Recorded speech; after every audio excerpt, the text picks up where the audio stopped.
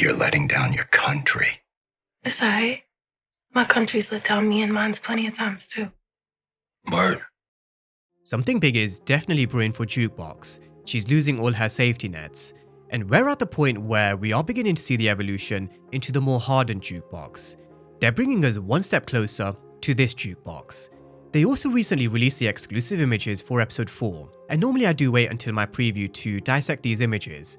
But we've got Juke wearing the same outfit as she is in this teaser we saw back in October 2024, where we did see her pulling the trigger.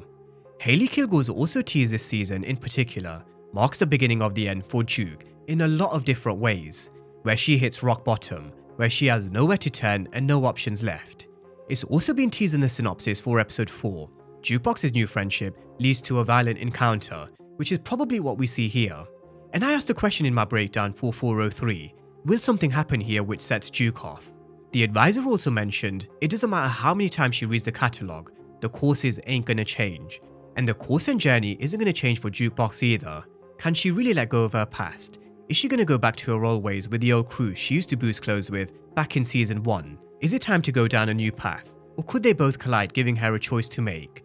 We're gonna run through all things Jukebox after the events of 403, some quotes from Hailey Kilgore, and generally where we are with the character and where she seems to be heading in the rest of Raising Kanan season 4. Now, Jukebox has had a lot of bad luck in the series as a whole.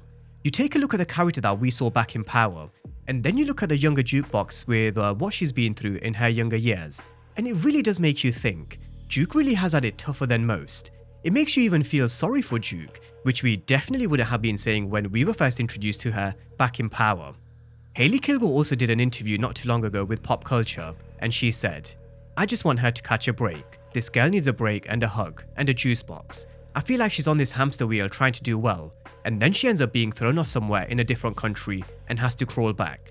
I hope that this season she realizes she doesn't have to run that wheel if she doesn't want to." So that's Hailey Kilgore's hopes for Juke's self-realization and hinting at a potential shift with the character in terms of her struggles. But this quote basically tells us she really has had it tough. Even before we got into Raising Kanan season 1, she grew up without Kenya. Marvin did a short stint in jail, which meant Jukebox was raised by Rock. You can tell how close these two were because they built a really strong bond during the time when Rock had to raise her. They shared a lot of secrets, which we even saw in 401, and had a bond that's very different compared to the rest of the Thomases. The Thomas family keep a lot of secrets from one another, but the one person Rock opens up to is Jukebox. Why? I do feel as if she thinks she can probably handle the truth. The one person who's probably not going to judge her and blame her for everything that goes wrong with the Thomases, because Rock does get a lot of the blame, but they definitely have a different kind of relationship. And when it comes to the end of Raising Kanan, when they tell this complete story, which they will, I am going to be coming to Sasha Penn talking Raising Kanan in just a moment. I really do want to see how they end Juke and Rock's relationship. But with her character, it was also said she had a very similar opportunity to that of Kanan, who had the opportunity to go to Stuyvesant, but Marvin never really paid attention to her education, which definitely changed in 403. He was also never supportive of her singing in season 1, and we saw how she used to hustle to make a little extra bread on the side just to pay for her studio time. She used to boost clothes with Twinlow and this crew way back in season 1, and again, I really don't think they brought them back for no reason. I do think they may serve a purpose a bit later on, but we are going to come back around to that in just a moment. But nothing's ever quite worked out for Juke, and then she joined the army. However, going AWOL from the army in the manner she did isn't something they take lightly, so this was always going to come back around. I was actually doing some research and some reading after episode 402, and it was definitely quite common where there was a lot of discrimination and a lot of people did tend to go AWOL. It's not that Juke couldn't deal with the drills or the tough discipline that comes with the army. We know for a fact Juke is someone who's very tough. She even beat some of these men in these drills, but it was always going to come back around, which I'm glad the writers did touch on. As I mentioned in my breakdown earlier in the week, Sasha Penn and the writing team for Raising Kanan really do look at all the fine details. He recently did an interview with Chronicles of Power, which is run by Kimi. It really was a great interview. If any of you can spare an hour, definitely give it a listen.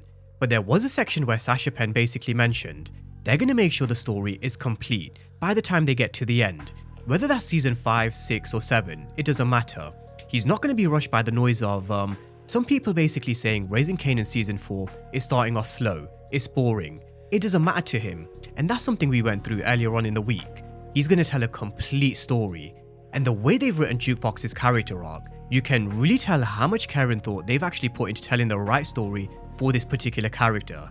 They've done the same with every other single character, but with Kanan and Jukebox, there's a blueprint they've had to kind of follow, because these were characters we saw on Power.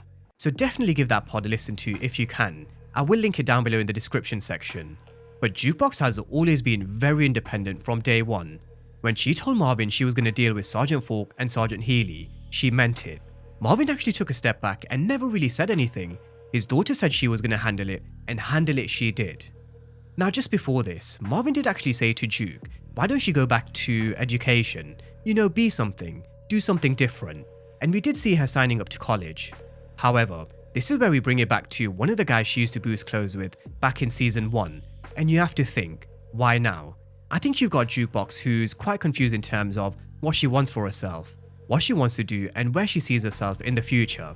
At this moment, just like she had the conversation with Aisha, they're at an age where they're just trying to find themselves. We know music is done. Does Jukebox really want to pursue education? I really don't think she does.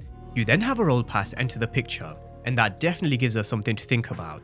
Could she potentially go back to her old ways? Could she potentially be tempted? Feels a little like going backwards to me. Backwards to the future, maybe. So is that a hint? Back to the future?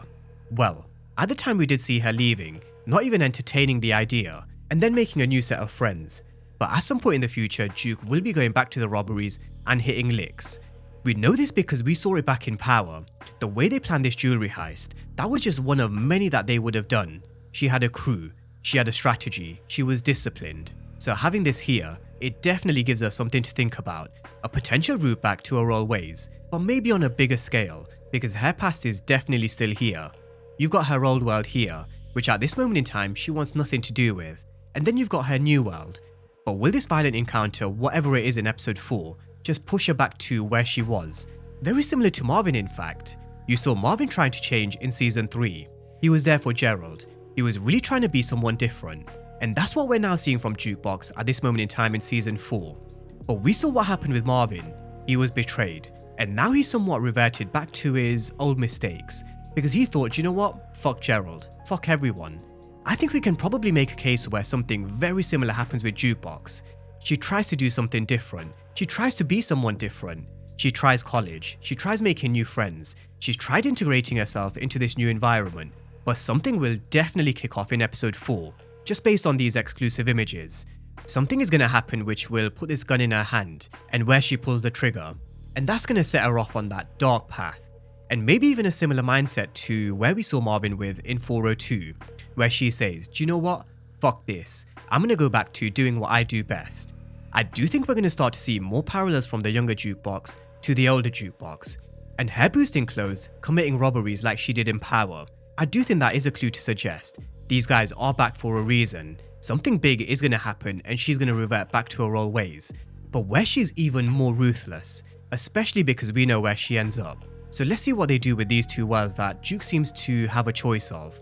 I do think we know which one she'll eventually go down. It's just a question of how, why, and what's potentially led her to this violent encounter.